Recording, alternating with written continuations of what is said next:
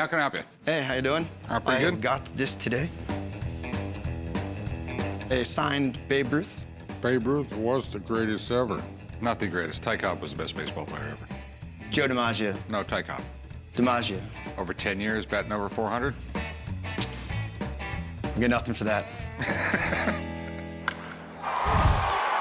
I've come down to the pawn shop today to sell my signed photograph of Babe Ruth. It's worth lots of money. I'm hoping to sell it today for $7,000, but I would take as little as $5,500. Where in the world did you get this? 20 years ago, I was asked to remove boxes from an old lady's home, and before I tossed them in the dumpster, I opened them up, and I found that. All right. Babe Ruth, he's probably the most famous baseball player of all time. There's the legend that he said, I'm going to hit a home run. I'm going to point to where I'm going to hit it. It sort of looked like he pointed to left field and then hit the ball out there. But there's really no proof or anything like that, but it's a great legend. Sure is, yeah. He had some heartburn with Boston. When Boston traded him, that's what caused the curse of the Bambino. Babe Ruth started his professional baseball career in 1914, and in his 21 years in the majors, he set all kinds of records. First to hit 60 home runs in a season, 714 career homers. He's got records people are still trying to break. It's not really a baseball card, it's just sort of like a photograph. It says from Babe Ruth to Eleanor Ruth Dobson. Do you know who that is? She came up as a vaudeville actress in the era where he played in baseball. We have Babe Ruth in one ink and this down here in another ink, which throws up red flags, you know what I mean? I never noticed that. Have you ever had the signature checked out? No. It's gotta be one of the most forged signatures of all time. When it comes to sports autographs, it doesn't get better than Babe Ruth. So you have to get something like this checked out by a pro. Let me get someone down here to check the signature out. Everything checks out, we'll try and figure out a price. All right, sounds like a deal. Appreciate it. I'm a little bit nervous because of the two different pens being used, and I'm hoping that at least Babe Ruth is real. Hey, Drew, how's it going? Hi, Good. Drew. Good to see you, Rick. Well, Babe Ruth. The guys call me in when they have specific problems with autograph memorabilia, and I'm the guy for the job. You know, he had a great history. He basically grew up in a boys' school, mainly because he was so unruly, his parents couldn't handle him, you know. I think he was drafted when he was 16 or 17 years old. He had to be adopted to get into the league.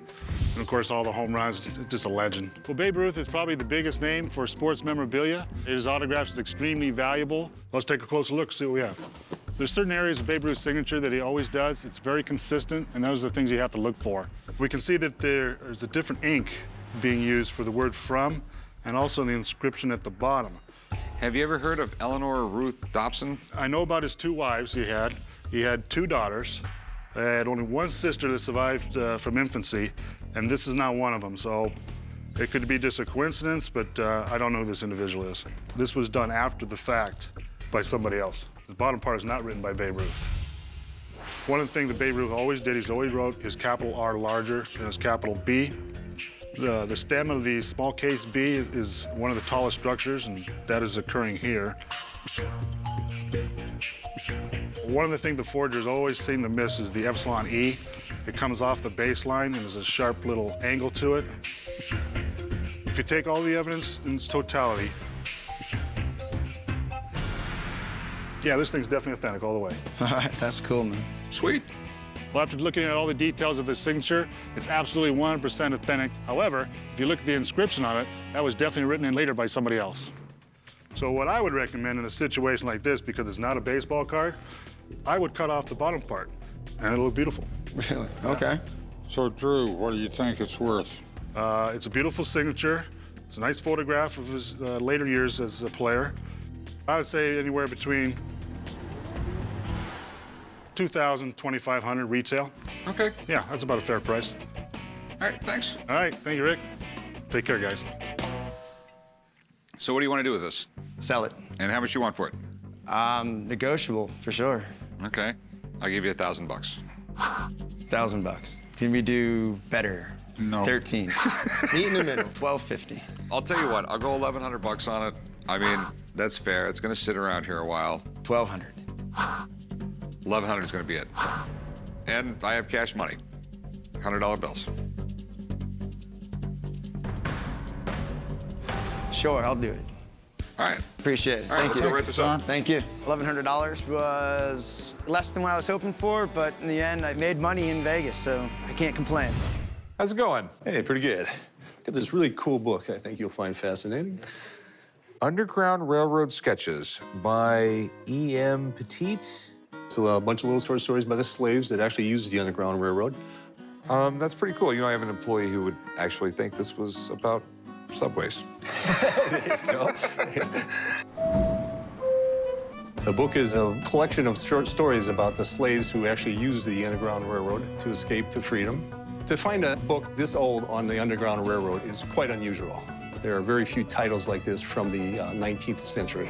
I'd like to get at least $500 for the book.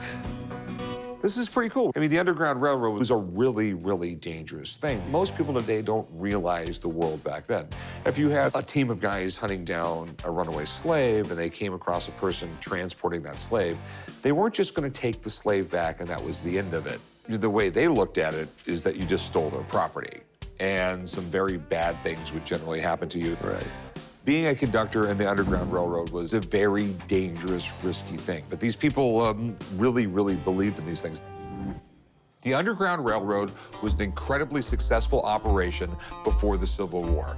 Tens of thousands of people made it to safety with all kinds of obstacles in their way. And the fact that someone was able to document this is absolutely great. Do you know if this is a first edition, or was there Yes, more it than one is. edition? From our research, this is the first edition. It's actually signed here by the gentleman who wrote the introduction.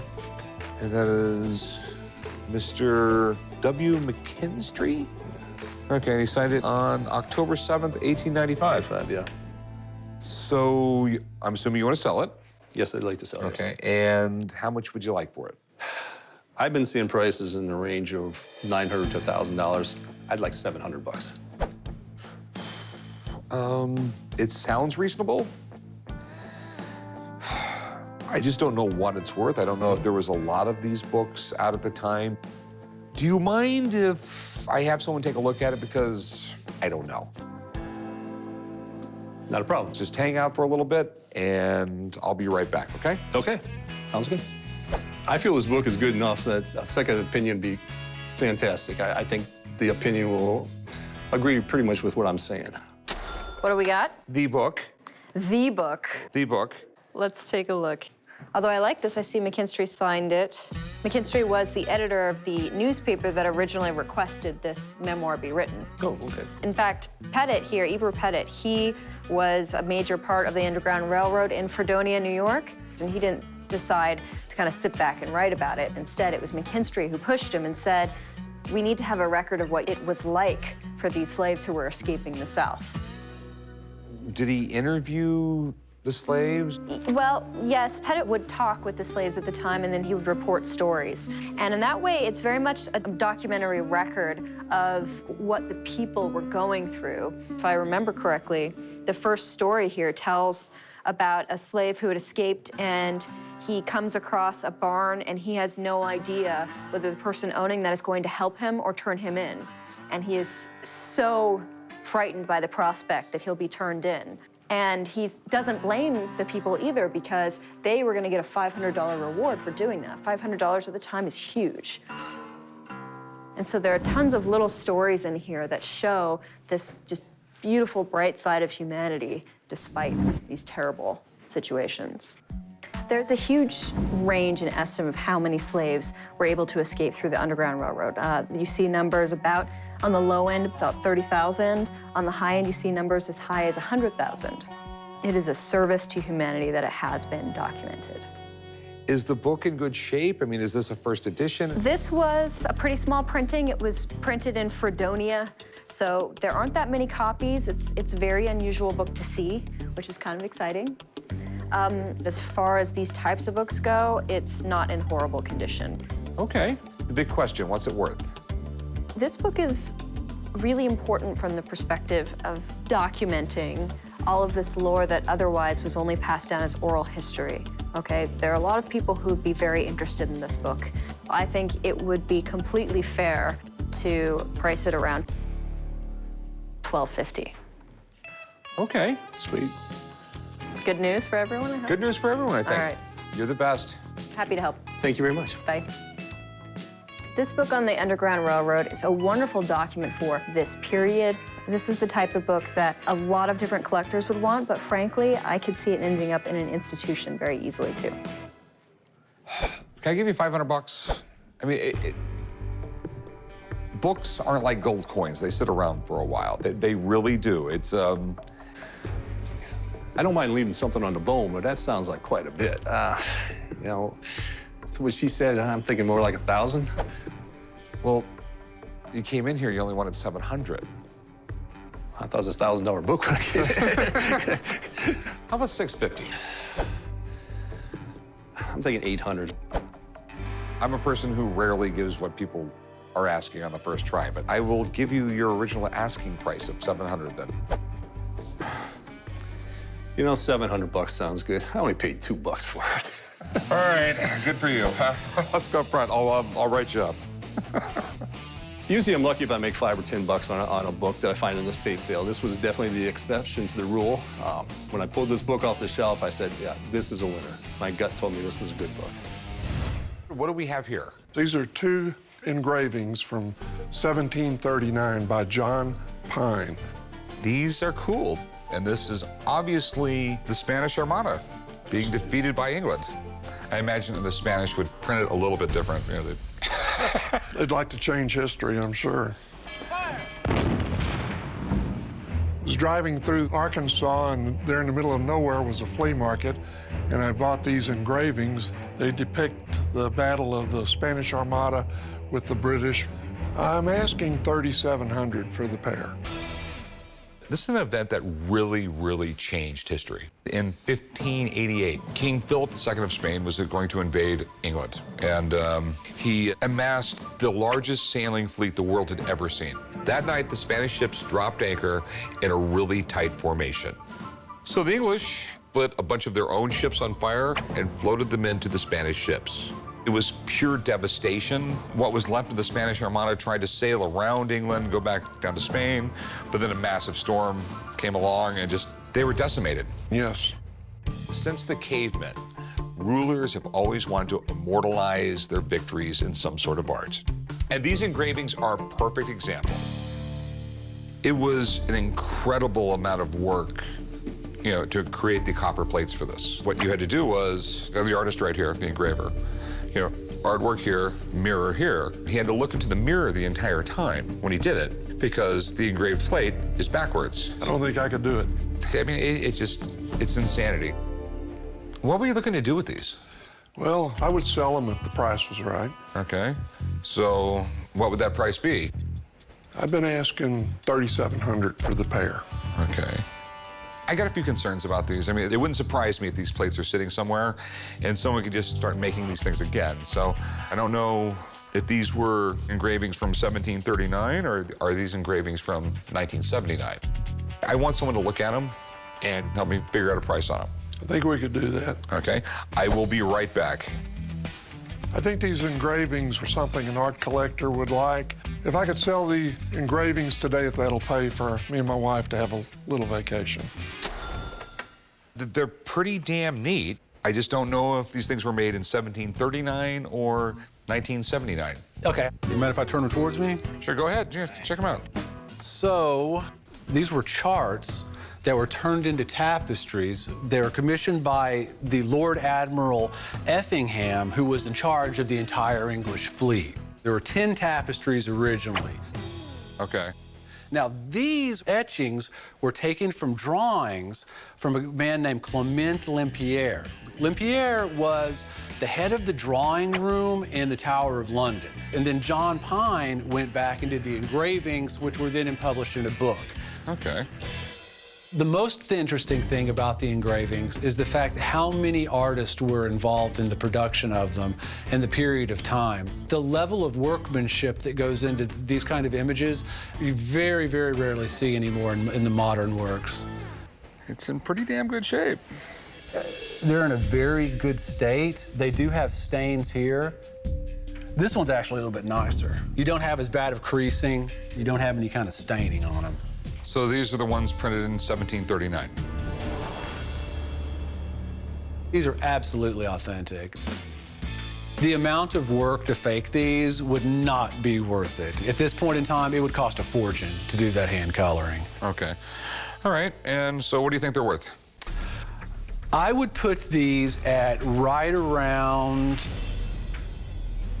$1,500 a piece retail. So $3,000 total. Yeah. Okay.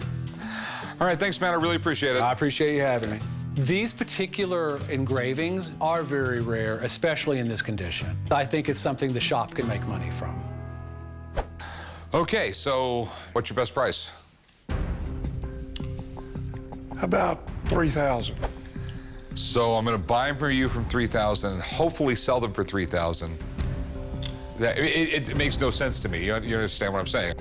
What do you think? 1,200 bucks. For the pair? 1,200 bucks for the pair. I think that's fair. You know, they're going to sit around for a long time. Tell you what, I gotta have 1,500 bucks for the pair. I gotta have it. I'll give you 14.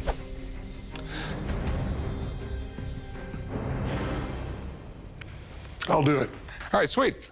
I'll meet you right over there and we'll do some paperwork. All right. Cool, I love these. I paid $50 for both engravings, so I'm gonna take this $1,400 and hightail it out of here before it stays here. Earlier, Chum spotted an ad for a World War II fighter plane that's up for sale. So my dad and I decided to check it out. Wow, this is cool. So this is it? This is our 1942 North American AT-6 Texan. You guys interested in buying this airplane? Both of us been talking about getting our pilot's license, and I bet I could do a pretty good job of crashing this thing. The guys came down from the pawn shop to look at my AT-6 Texan. The reason I want to sell this airplane is my wife and I would like to build a house. I'm asking $185,000 for this airplane. It's absolutely worth every penny of it. So it's a 1942. It flew in World War II and the Korean War. This one did? Yeah, it did. So did it ever get shot? No, but it actually was a gunnery trainer. They actually had a gun mounted right here, and the pilots could actually fire the guns. So in World War II, this was the airplane the government used to train all our pilots. The Tuskegee Airmen all flew this airplane down in Alabama. So it's a very famous airplane. Dominating the skies is one of the things that has made the United States military the strongest force for over 100 years. It's pretty badass that this plane was used to train the best pilots in the world. It has a newly overhauled engine. Looks like a bunch of Harley motors put together. It does, and this thing actually sounds like 9 Harleys all running. It's a 9-cylinder, 650 horsepower. So how fast is it? Oh, this airplane will cruise at 200 miles an hour, and the structure inside is a roll cage. So if they ever flipped it by accident on the ground, it would protect you. Can we look at the cockpit? I actually can't wait to see what it's like behind the controls of this thing. It's bigger than I thought it'd be inside here. There you go. The person getting trained would be in the back or the front? The instructor would be in the back seat. It's fully dual controlled, so there's a throttle, stick, and all the flight instruments are also in the back of the airplane as well as the front. So you could actually give me flight lessons in this thing, huh? That's what it was built for. Now, go ahead and place your feet on the rudder pedals there. Attaboy. And that steers the tail wheel that's on the ground. So what's this trigger for right here? You just shot the guns. Those 30 cals were blazing. I mean, it would definitely be cool to be flying this thing in World War II shooting Nazis. But I think I like the way I look in this thing. And who knows, it might actually make a great trainer for me and my dad. So how much do you want for it, my man? $185,000. I got a buddy who's a Navy fighter pilot. You mind if I have him come down and take a look at it? You know, if you think he's qualified, I think that's good enough. Let's bring it on. I have no question about the caliber of this airplane. I'm ready for this. This is my buddy Matt. I'm a Marine Corps F-18 pilot with 18 years of experience, a graduate of the Naval Fighter Weapons School, Top Gun, and former U.S. Navy Blue Angel pilot. So, Rick, you really want to try and buy this airplane? I want to get an airplane. I'm just trying to figure out the right one. Well, the Texan's an awesome plane. It basically was the workhorse to train all the cadets in World War II. This aircraft was great for training not only our fighter pilots, but also our bomber pilots, the B-17, the B-24 pilots. During World War II, we dominated the skies, whether that's Europe or over in the Pacific region. This aircraft helped train those pilots to get to that final step to where they flew that P-51 or that F-4. So after this, it's ready for combat and, you know, potentially going in harm's way. You guys have any concerns? How well does it fly? Would it be good for me? Well, you know, it's a great trainer plane. I know, but you're trying to sell it to me? It is, but that tail wheel right there makes it a little difficult. So is it harder to land in a one with the tail wheel? You got it. Landing a tail dragger, that airplane can swap ends pretty quickly. Where it doesn't have the tricycle gear, where you have a nose gear and 2 tail gear, you actually have it in the back. It's a little unstable with that. Landing a tail dragger is kind of like going from learning to ride your bike, where you have training wheels on it, and then all of a sudden you take those training wheels off. Basically, we have like no aviation skills. We're about to start school, so. You might have to start off on something a little less powerful and a little easier to fly. I thought we could learn to fly this thing, but clearly that's not a good idea. But I still love this plane, so if I can get it for a good price, I can resell it and make a profit. Before I can give you a price range on this aircraft, we need to do a visual inspection. Do your stuff. You bet. How many hours do you have on your engine? You know, it only has about 20 hours since the engine has been completely overhauled. The engine's on here, 1,600 hours. And as you get closer to that mark, you need to overhaul, and that is a big ticket item. So that's actually a plus. On the front, he's gonna have a spinner. Not all Texans have a spinner. It adds about $5,000 in value. Just for that little cap on the front? Just for here, the spinner on here. Protects it from elements, dirt, rust, and things like that. That's why airplanes are so damn weird, because it just doesn't look like it would cost $5,000. Yeah. Come on up, have a seat. He's got a clean cockpit setup.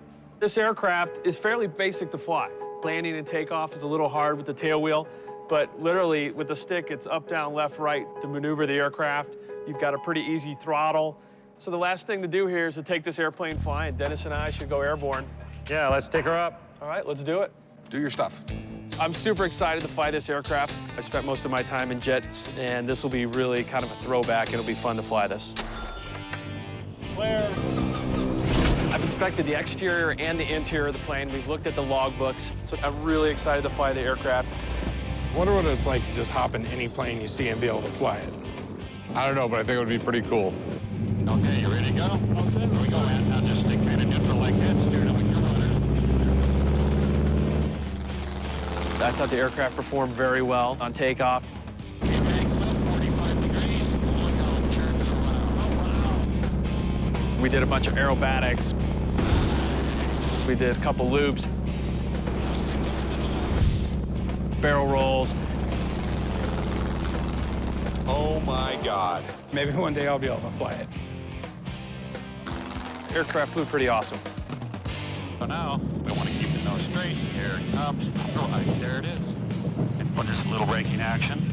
Apparently it works. So how was it? Awesome. We had a blast. Good aircraft. Dennis, you've done a nice job restoring that. Oh. It's actually a lot better than I thought it was going to be. All right, so what do you think it's worth? Right now, current market, what we're looking at, you know, I think it's fair value. It's about $170,000 on the spot. Okay. So. Yeah, I think that's probably a fair estimate. So what does it cost to own one of these things? First thing is you need to hangar it. That's about $300 a month. Then this aircraft needs to fly. It needs to get lubricated, oil through the systems, fuel, everything's about $275 an hour to fly it. Seems like this thing's gonna cost me $1,000 a month just to own until I can sell it. Yeah, that's a safe number. All right, well, thanks, Matt. Okay, you bet. Great to see you. Matt, you're the man, dude. Okay, see you. Thanks a lot, Matt. Nice job, Dennis. So what is your bottom dollar? I'd look at something around $165,000.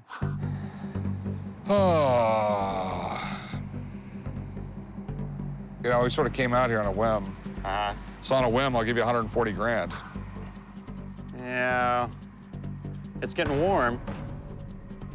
I mean, if I buy it off, it's gonna sit around for a while. It's gonna cost me money to own it till I resell it or figure out what the hell I'm gonna do with it.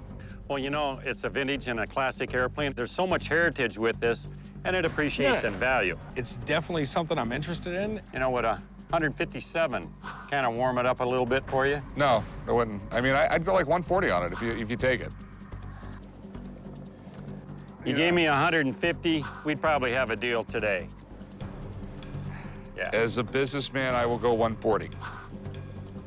You know, if you come up just a little bit, at 145, we'd be shaking hands. I'll tell you what, my man. I'm gonna go back and do a little bit more research. If I think we can pay you 145 for it, I'll give you a call and we'll do it. But right now, I'm gonna hold you at 140. Boy, we were really close, so why don't we just think about that a little bit, and maybe there'll be a phone ringing between here and Vegas. Have a good one, man. All right, thanks a lot, guys, for coming out. I'm shocked that they didn't take the offer. I'm bummed we got that close and couldn't make a deal. But I'm glad it was me and Corey that got to check out the plane. If we had sent Chum and the old man, they would have wasted the whole day playing around. Hey, how you doing? Hey, how are you? I'm good. I have an 1870 tooth extractor. That looks freaky. Huh. Got any good dentist stories? No. Open your mouth up and I'll give you a good dentist story. Yeah, okay. I'm a family doctor and I love medical history and collecting. At first it looks a little scary, but it's very similar to modern day instruments. I am hoping to sell my tooth extractor for no less than $150. So where in the world did you get this? Oh, I got it from a collector back east. And how do we know the age of it?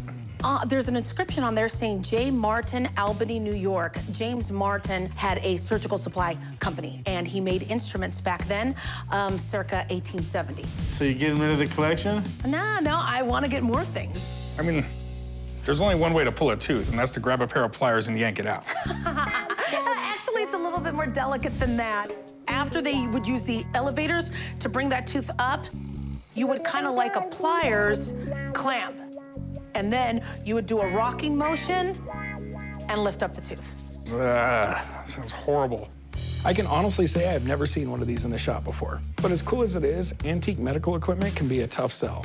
So I hope she's flexible on the price. Any idea of what you're looking to get? $300. It's cool. I don't know if it's $300 cool. This is an old piece from the 1870s. It has the markings on it for verification. Collectors will go crazy for something like this. Well, if you ever need a job, let me know. I can go like 120. How about 200? Or about 175. I mean, there is a market out there. I got a feeling it'll sit around for a while. 180 and we got a deal. All right, deal. Chum, you want to write her up? Yep. When he offered me $150, I was excited because that means he realized it was a good piece as well. And I was able to make a little more money than I expected. Hey, how you doing? Hey, how's it going, man? Good. What do we got? I got a 1967 autographed Chicago Bears football. The Bears! That's right. Hi! I came to the pawn shop today to try to sell my football. Money would be just a nice little bonus from holding on to for 45 years. I'm putting it at $10,000 mark. So how'd you get it? My uncle gave me the ball. It was given to him by Ronnie Bull, a Chicago player, at a banquet. You can see him handing it there. 60s pro football wasn't at the level of college football yet. I mean, if you would read some of the programs they had from the games, there'd be giant ads talking about could local businessmen in the area please give the players jobs during the off-season so they don't have to leave town to find work. Right. It isn't like today where this guy would be at a minimum making $4 million a season. Right. There's a story about a guy on the Packers who would actually come and do the maintenance on the field during the off-season. This is cool because it comes from a time when pro football was just starting to explode in popularity. And back then, those guys didn't have all the protective gear they have now, so those guys were grinding it out all season long. So this one should have Dit Butkus or... Yes, he's on there. The big name to me is George Halas because this is the last year that George Halas was a head coach. And he started in 1920, and this is 1967. I mean, he was pretty much one of the guys that helped start the NFL into what it is, Sure right? was. Sure was. And it's got Gale Sayers and Brian Piccolo on it, right? Both of them. Those are pretty desirable. Brian Song, the movie. Everybody knows it. I mean, it's a huge movie. Brian Piccolo gets cancer, and it's about him and Gale Sayers' relationship. Brian Piccolo's signature is pretty rare. He died at the age of 26 and became a legend because of his story. Pair that with his friend Gale Sayers' signature and a bunch of other Hall of Famers, this thing could be worth a lot of money. So what'd you want to do with it, man? Sell it. Any particular amount you're looking for? Just from what I've seen on the internet and what I put on it was $10,000. You know, here are some of the concerns I have with it. We have a picture there, obviously, but we have absolutely no authentication for the ball. Do you mind if I give a buddy of mine a call? He can kind of appraise it. Sure, that's fine with me. All right, man, I'll give him a call. All right, thank you. There's no way that these can be fake because my uncle received the ball from Ronnie Bull, a player on the Chicago Bears at the time. So, yeah, I feel good. I feel very good about it. 1967 Bears, not their greatest year, but... No other team in the NFL has more wins than the Chicago Bears. The 1967 season was absolutely huge, but it wasn't because of their record. They barely had a winning season, but that was the last year of an era for them. Coach George Halas, after 40 years, that was his last year coaching. The 1967 squad also had some marquee players in Dick Butkus, Gale Sayers, and what became Brian Piccolo as well. The Chicago Bears are one of the two oldest teams who are still playing in the NFL, and as far as fan bases go, they have one of the most loyal fan bases of any team out there. What concerns do you have? There's a lot of signatures on this ball. Plus, I don't know what to price it as because they're relatively famous players. Absolutely. And as we all know, Brian Piccolo isn't around anymore. All right, so right here, first off the bat, we have Gale Sayers. He went to the Pro Bowl 5 consecutive years, had 2 rushing titles, and is the youngest guy ever to be inducted in the Hall of Fame. From there, we go on to Dick Butkus, who's in the Hall of Fame as well. Right in the middle, George Halas. Legendary coach, probably one of the most influential and important people in football history. Now, to the left of his name, right here we have Brian Piccolo, who at this time he was just a backup to Gale Sayers. But over time, he would become immortal thanks largely to Brian Song, the movie, which makes him, of everybody on this whole ball, the most important signature on here. Brian Piccolo came to the Chicago Bears as a backup to Gale Sayers. Fortunately, he had a run-in with cancer and passed away at the age of 26. Brian Song came out in the early 70s, and he became an instant phenomenon amongst fans. Now, if we were dealing with an official ball, mint condition signatures, we'd be talking several $1,000s. Now, looking at some of the signatures, we have to determine whether or not these are even authentic ones. With George Halas, the 2 key characteristics are the G in George and the H in Halas. These signatures are very difficult to fake. And it's the same thing on Dick Butkus. I mean, his D almost looks like an N. A lot of people say, hey, who's this guy, Nick Butkus? But it's got a very distinct signature. So those signatures, they're 100% spot on, exactly what I want to see in a 1967 ball. Now, the other signatures, you really got to focus on the characteristics of the autograph compared against other ones that have been proven to be authentic. And if we compare a Brian Piccolo signature here to the one on the football, primarily in the B, how it forms, and how at the end here, the L and the O, it dips off. These are contrasting signatures and very typical for what you see in a clubhouse signature. They were signed by somebody else other than the athlete. What about the Gale Sayers? Gale Sayers, the signatures I'm familiar with, it's a very robust, full letter G. This one just isn't characteristic of other Gale Sayers I've seen from the late part of the 1960s. So the Sayers, like the Piccolo, in my opinion, these are clubhouse autographs. This is very common, and all it really is, somebody knows the signature and does their best interpretation of it to try to make it look as authentic as possible. I never heard of that before, and here I had the ball for 45 years. I thought all those signatures are legit on that ball. It still has authentic autographs. George Halas and Dick Butkus, that's 2 solid Hall of Famers, and are always going to have value. Considering the kind of ball it's on, which ones are real versus which ones are clubhouse, you're looking at maybe tops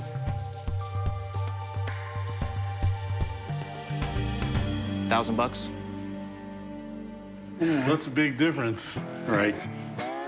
Jeremy, man, I appreciate you coming in. Anytime, Corey. All right, see you later. Sadly, in sports memorabilia, it's a part of my job to have to break people's hearts sometimes. I will stand behind my opinion in that these are clubhouse signatures. All right, man, so you heard my guy. He says it's worth probably around $1,000. I mean, I got a feeling this is gonna sit around for years. I'd offer you around $100 for it. So I'll just keep holding on to it. Right on, man, appreciate it. I feel pretty let down. I think clubhouse signatures are very deceitful. I'd like to meet the people that do that and give them a piece of my mind. Does somebody want to buy football? Hey, how's it going? Not too bad. How are you doing? So what is this? It's a rare SMG 4-barrel spear gun. Is it yours? I mean, is this something It that is you, mine. Is it something that you actually use, or? Yes, I've used it quite a bit. So what do you fish with this? Anything that looks tasty and is legal to shoot. Okay, I went sea bass fishing. I just used a pole. I came to the pawn shop so I could sell my Johnson SMG 4-barrel spear gun. I can use the money to repair my boat so I can get back out spearfishing. I'd like to get $7,000 for the spear gun. Without the boat, I can't fish, so I can get another spear gun, just not a boat. This is pretty cool. Is this something that you typically would use in a boat, or is it something you'd actually be like scuba diving? You'd be, scuba diving or skin diving. It fires underwater. So what can you tell me about it? This is from the 60s and 70s, made by Tapmatic Company. Out of Costa Mesa, California, they had a single barrel, a 2-barrel, and a 4-barrel. And the 4-barrel is the most sought-after one. Well, I can understand why you would want a 4-barrel. I mean, if you shot a shark and didn't kill it right away, I'm sure you want another shot. It's nice to have an extra shot. It sure is. And also good if you get a fish and then you see one that you like better, you've got another spear and, ready to go. Is it spring-loaded, or? No, it fires with 22 caliber nail gun blanks. Can you show me how it works? Sure. Okay, what you'll do is you have like cartridge adapters like these that a 22 will fit in. Then you load those into the back here, rotate the chamber to the next one, load it, rotate it, load it, then you're ready to go. Similar to a Gatling gun. Yep, except it fires underwater and a Gatling gun will probably screw up badly. So what are you looking to get out of it? I'd like to get $7,000 out of it. You know, buddy, I'm born and raised in Nevada. It's a landlocked state. These don't come through here very often. We got, could be nothing, could be a major issue for me here. I don't know if this is considered a gun. My license allows me to buy antique firearms, but I'm also allowed to buy nail guns that uses the same exact cartridges that this thing would use. So I don't know where this falls. I am gonna have to give my buddy a call, have him come down here and take a look at it, tell me what it's worth and if it's a gun or whatnot. Okay. All right, so hang out and I'll get him down here for you. Okay, thanks. I love the idea of an expert coming out to see the gun. This gun is so rare, the more you can find out, the better. We've got an old blunderbuss here. Almost. This thing is cool. Wow. So this was known as a Johnson SMG Mark IV spear gun or harpoon gun. These were really rare because the company only existed for a few years, and then actually the rights were sold off to a company in New Zealand, but it no longer had the U.S. name to it anymore. Gotcha. There's a collector market just for these outside of its utilitarian use as a spear gun. So back here, you can see the maker markings. So Johnson was the designer. The submarine gun, that's why it's SMG, was made by a company called Tapmatic, which is Costa Mesa, California. So all of this checks out. No question, this is one of the American-produced ones, not one of the New Zealand ones, so it's much more valuable, and it's in excellent condition.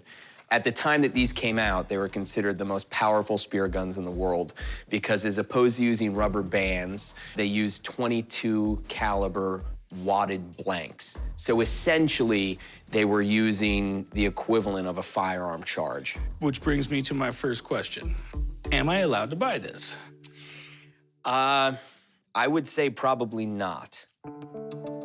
Okay. Now, the reason is the legal definition of a firearm in the United States laid out by the Bureau of Alcohol, Tobacco, and Firearms is any weapon that was designed or could be readily converted to expel a projectile by action of an explosive is legally considered a firearm. Now, there are exceptions. Anything made before 1899, so 1898 and earlier is considered an antique. That's not a firearm. So that being said, you couldn't buy it. I, however, have a federal firearms license. I can buy this type of thing, but I would really love to see it work. Have you fired it? I have fired it, both underwater and on land, too. Well, we have a range here out in the desert. I mean, is it something that you would come and do? Oh, definitely. Yeah, we'll have some fun with it. Cool, guys. I'll meet you out at the gun range, and I'll be a happy spectator. Awesome. Well, it's nice to meet you, Rick. I'll see you at the range. I guess I'll bring my dad if I have to. Oh, I think he'd like it Appreciate a lot. it, man. Thanks for coming in. My best advice for the shop is not to buy this because I don't want them in any kind of legal trouble by mistakenly buying a firearm. But these spear guns don't come up for sale often, and I'm pretty interested in it. This is so cool looking. So this is a spear gun. It is SMG 4-barrel spear gun. So can you shoot a shark with this? Yep, you could. Very easy. So looks like it's all ready to go? Yep, I just have to put the cartridges in and we'll be ready to fire it. It fires by 22 caliber nail gun blanks that are slid in through the breech. Then you put the spears down the barrel. The spears would be different for underwater use, but for dry air use, we're using carbon arrows.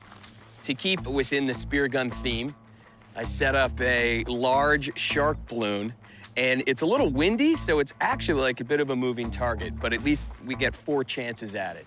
Okay. I'm not gonna shoot that thing until I see someone else shoot it a few times. Well, I came out here with the purpose of shooting this to see if it's something I want to buy, so I guess I'll shoot it. Okay. You want to cock it? Oh, so the now the safety off? safety's off? The safety is off.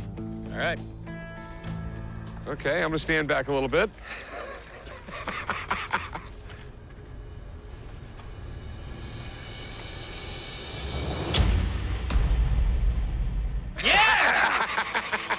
Oh my gosh, this thing is awesome. Rick, you gotta try this.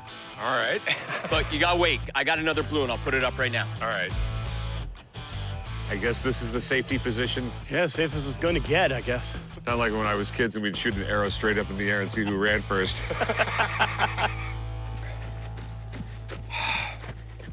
Have at it. All right. All right, here we go. Oh, come on. This spear gun was really cool, unique, very powerful, way more powerful than I realized. And it actually hit the target, so I can only imagine how lethal that thing would be underwater. I'm gonna try to buy it. It's so Buck Rogers. I've never seen anything like it. Alex, what do you think it's worth? I did find a little research that one sold just like this about 10 years ago for $7,500. But there is no question in my mind after using this that this should legally be considered a firearm. That means I'd only be able to sell it through an FFL process, which is more complicated and it limits the market. So for me, you know, I would like to own it. I think that if I were to offer you $2,000, I think that's a pretty fair price. 2,000's, very low. I couldn't accept 2,000. I mean, I'd be a player more in, say, 6, I could come up to 3,000, but that would be it. I do need to fix my boat. Could you do, like, 4,500? It's weird watching this, isn't it? It is, yeah. Doesn't feel right. I'll give you 3,250. 4,000. 3,250, it's fair. You'd feel really good about $4,000, I'm sure. I won't feel good about 4,000, but I Eventually you will. All right, 3,500. 3,750. Oh, come on, 3,500, you're right there.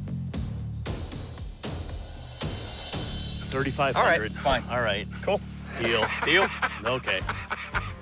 You own it. It was worth something. Yeah. Let's go. Yeah.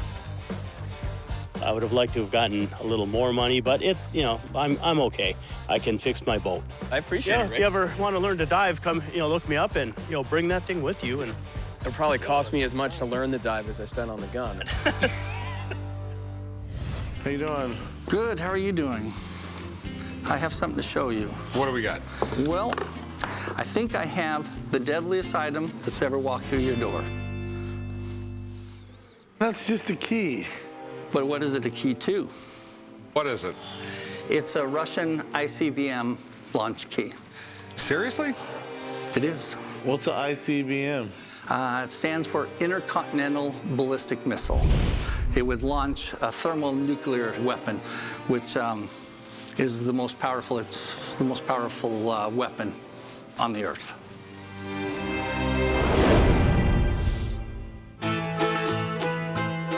people first see the keys, I usually describe them as the keys to the end of the world as we know it.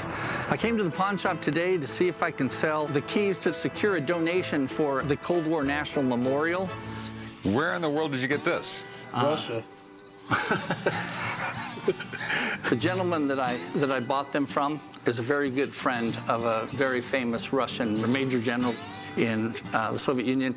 He's over the cosmonaut school. So can you tell me anything about them? They're either sets of keys to land-based, submarine, or mobile launch components. They would have 2 people assigned to launch them. They would put the portal to enter the key further than arm's length, so one person couldn't fire them. It would take 2 people. Everyone that's actually held these keys, there's a real creepiness about it because you realize what they would have unleashed, the cataclysmic event that would have happened and unfolded. It's mind-boggling. It's more than what your mind can wrap around. I'd say if these are real, there's no question of their importance. I'm getting chills just thinking about it. One turn of these keys could have destroyed the world, and now they're sitting in my pawn shop. And Chum's got one. You know, my problem is they look pretty simple to make. It's aluminum. I mean, the thing that scares me about this, I could make this myself. I have a mill and a lathe in my garage. So do you have any paperwork on these? Yes, well, I have some things that kind of go toward the validity of them. I'm actually getting them. They're being sent to me. What do you want to do with them? You want to sell them? You want to... Oh, I'd like to sell them. Okay, how much do you want for them? I was thinking somewhere along the lines of 10,000. Okay, let me have someone look at them, man. I got a buddy who might know something about them. Let's get someone in here. Let's look at this. Let's try and get this figured out. Sure. Okay. Sounds good. Thank you. I'm the administrator of the Clark County Museum System. Well, Rick tends to call me in when he comes up with some unusual items. Any idea? Haha, yes. These are nice. They're launch keys. Russian. So what is it that you want to know about them? My problem is they look pretty simple to make. I could make this in my garage. Have you ever worked with titanium? I've worked with plenty of aluminum. I can make that out of aluminum like Well, that. out of aluminum you could, but if you made this out of titanium, you've got a bigger garage than anyone that I know, and you've got some really heavy machinery. Titanium is really hard to work with. They had to use titanium because of the amount of heat that was generated in their system. And interestingly, we bought some of the titanium from Russia through intermediaries for our top secret programs. Okay. So they had the sources of the titanium. A lot of folks tend to think that they were used for like ICBMs and nuclear missiles and that sort of thing, but no. They were used for launching spacecraft, you know. So. Okay. Interesting. Okay. Yeah. In fact, the town Baikonur, where the Cosmodrome was, where all the space flights came out of, on their city seal for quite a while, they had one of these keys. They were so well known that it was part of the city seal. That makes complete sense because the Major General that secured these for us was actually over the cosmonauts. He is famous. He's a national hero. He was launched himself, and he taught there. On the one hand, they're not ICBM keys, and that stinks. On the other hand, they're Soviet shuttle launch keys, and that's amazing. Okay, so they're still probably a pretty rare item? Oh, exceedingly, yeah. They are rare because there were a lot more ICBM keys out there than there would be spaceflight keys. In my mind, much more interesting piece of Soviet history. Well, thanks for coming by, Mark. Not a problem, and I have to tell you, Rick, you come up with the weirdest stuff to ask me to come down and take a look at. Don't mind it, but you do. Now that I know what these things really are, I got to admit, I want them even more. Being space launch keys, there's a strong possibility they were actually used. So what do you want to do with these? Pawn them? Sell them? Actually, I'd be willing to sell them for 10,000. It's one of those things where it's really going to be difficult to market. You know, they're very, very interesting, but it's just a different crowd of people I'm going to have to sell it to. Understood. That's why I'm thinking, I would give you like $1,500 for it. $1,500, huh? It's $1,500, and I am taking a complete crapshoot here. Okay. I'll keep it. Okay.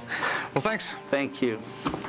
Actually, I'm really happy they're not ICBM keys. They're a lot less creepy, and they're still very, very significant. Now, when it's displayed at the Atomic Testing Museum, we'll know what they were actually used for, and that's great.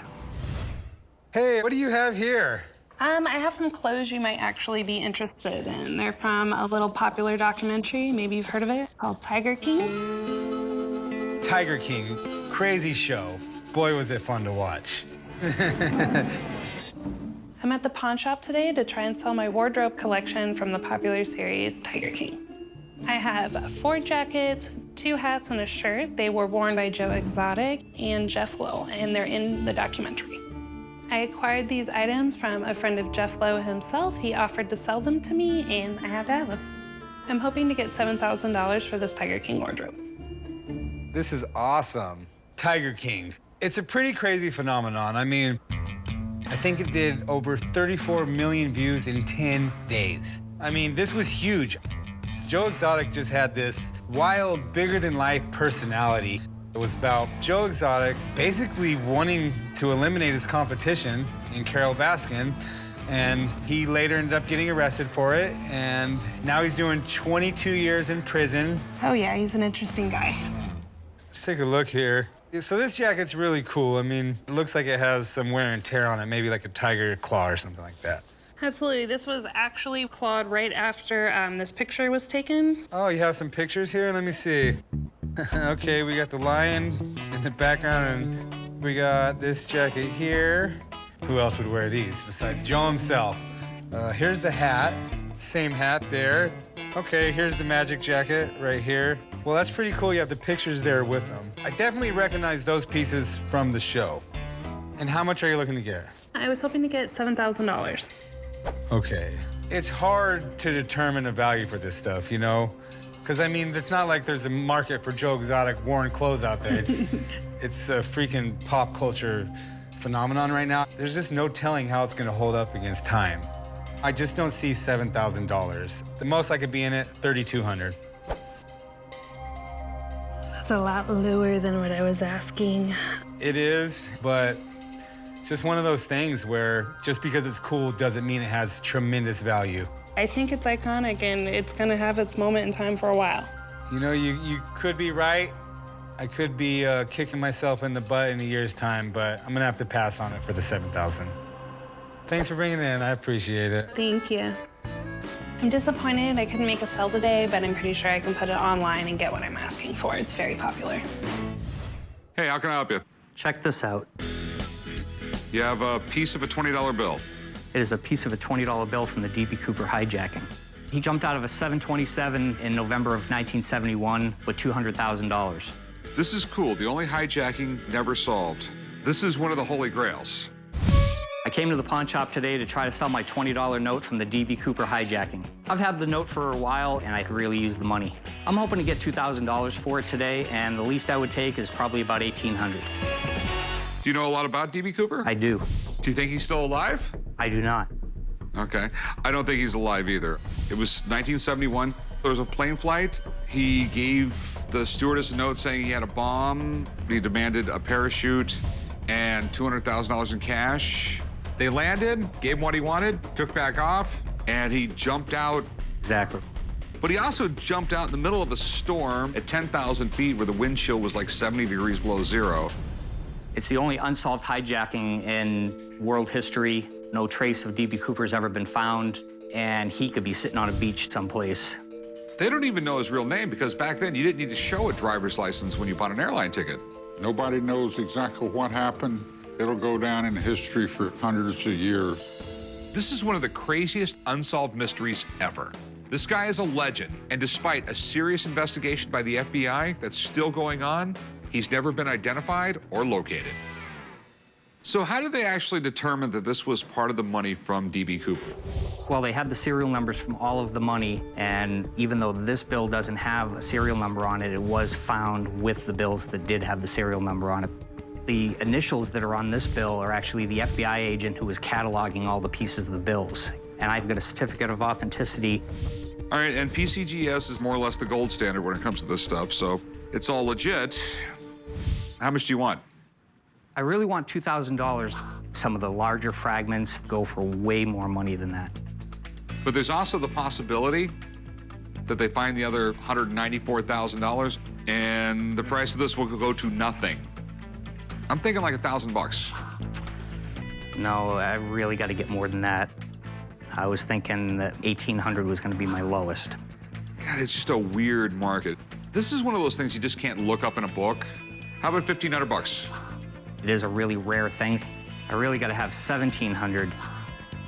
Rick, go ahead and split it at 1,600. 1,600's a little low. No, it's not. That's what we can pay.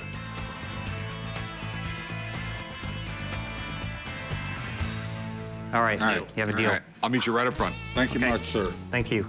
I feel like I just hit the jackpot. Of all my years of doing this, I've never seen anything like this in the shop, ever.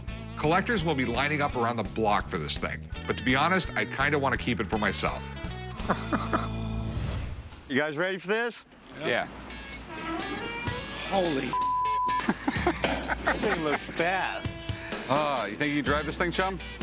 Hell yeah. Now all we gotta do is grease you up. We'll just stuff you in there. Today I came up here to the pawn shop to try to sell my dragster. They closed down the drag strip in the high desert, so I'd like to see someone get the car that could use it all the time. I'd like to get 30 grand for the dragster and trailer. So let's wheel this thing out and take a look at it. All right, let's do it. Drag racing became popular in the 1940s with GIs returning from World War II. But those cars were just street cars souped up for racing. Now we have cars built just for racing, and they're fast. This thing was built for me. This thing would have to be built around you. Yeah. What do you think? It's nasty, dude. Looks fast. Very fast. What's top speed on this thing so far? 190. Yeah, it's a rocket, all right. Where did you get this thing? I traded a blown alcohol car that was just way too fast. Okay. It was kind of scary. So 190 miles an hour isn't too fast?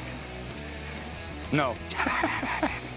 Anyway, it's got NASCAR heads on it, small block Chevy. It's all computerized. This is a mirrors frame.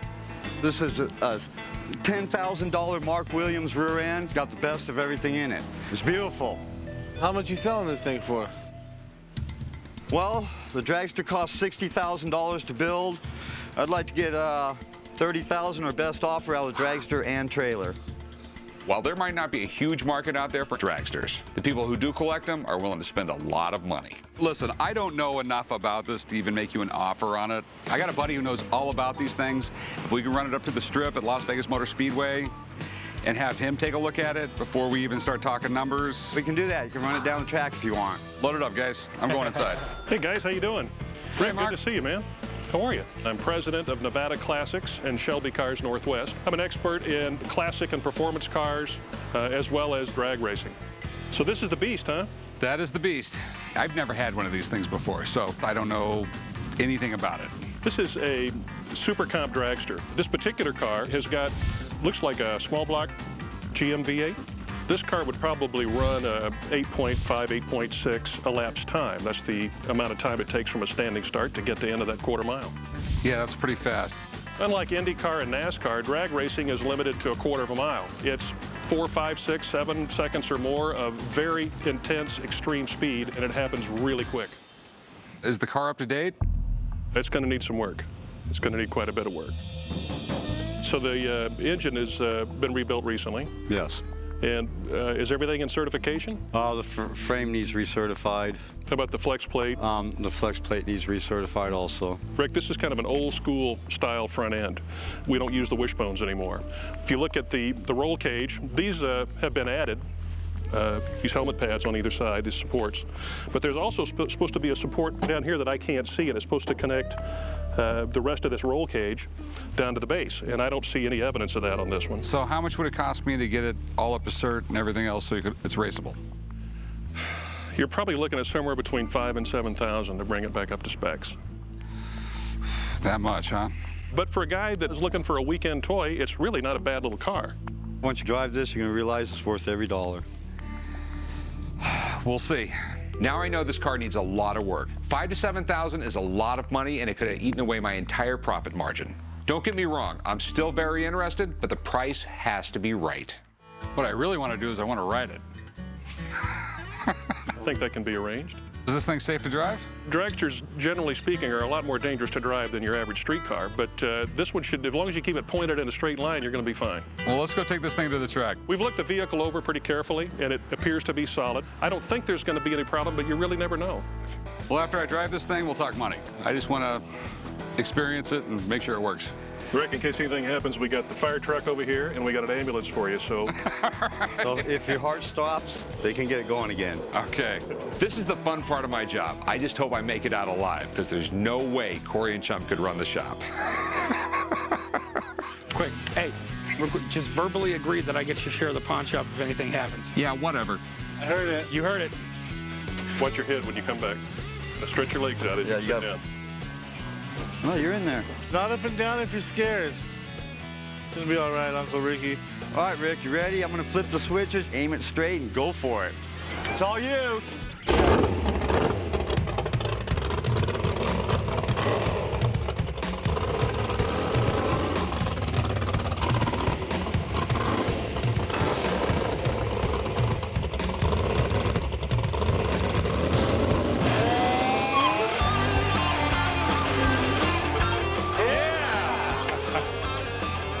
That was awesome. Now I know how astronauts feel when they get launched into space. Was that fun or scary? A little bit of both. So, how much were you looking to get out of it?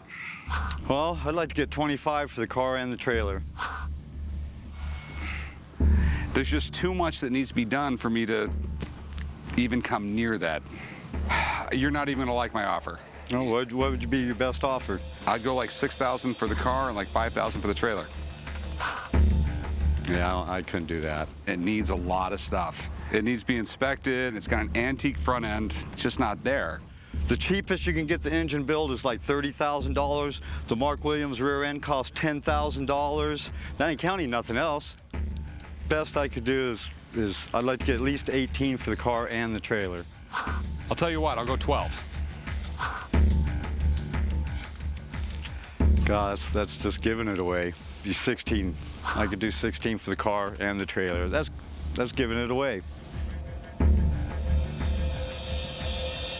I just can't do it. All right, well, did you have fun? I had fun anyway, man. Thanks a lot.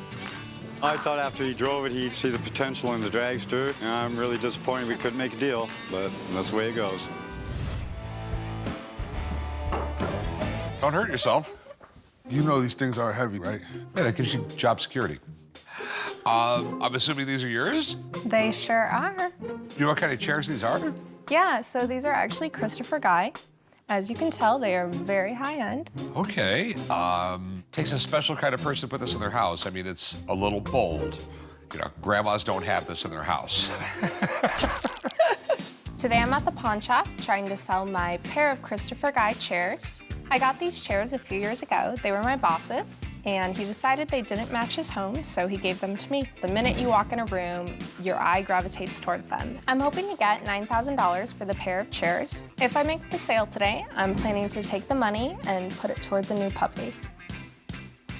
They're super cool. Actually, his name was Christopher Guy Harrison. Wait a minute. Are you guys related cousins or something? No, I don't think so. No? He sort of like shortened his name to Christopher Guy. But he's a really famous British furniture designer. Actually started off in the 90s, had a place in Beverly Hills. I mean, became really, really high-end, really famous. Unfortunately, passed away pretty young. He passed away a couple years ago. But his business is still there. They're still making the furniture. But like, this is what he designed. It was like expensive. And you gotta have a big house that's pretty bold to have stuff like this in it. So do you like the style? I like it a lot. They're a little bit tall for me. Do you mind if I take a quick seat and see how comfortable they are? You're gonna have to be really careful. I will. But you can take a seat. I will. I will. It's more form, not function. I mean, this is more like art than the chair you normally sit in. I feel like a king sitting in this thing. Or Alice in Wonderland. They are comfortable, though. They're super cool. So here's the big question. How much you want for them? I'm asking $9,000. It's not gonna happen.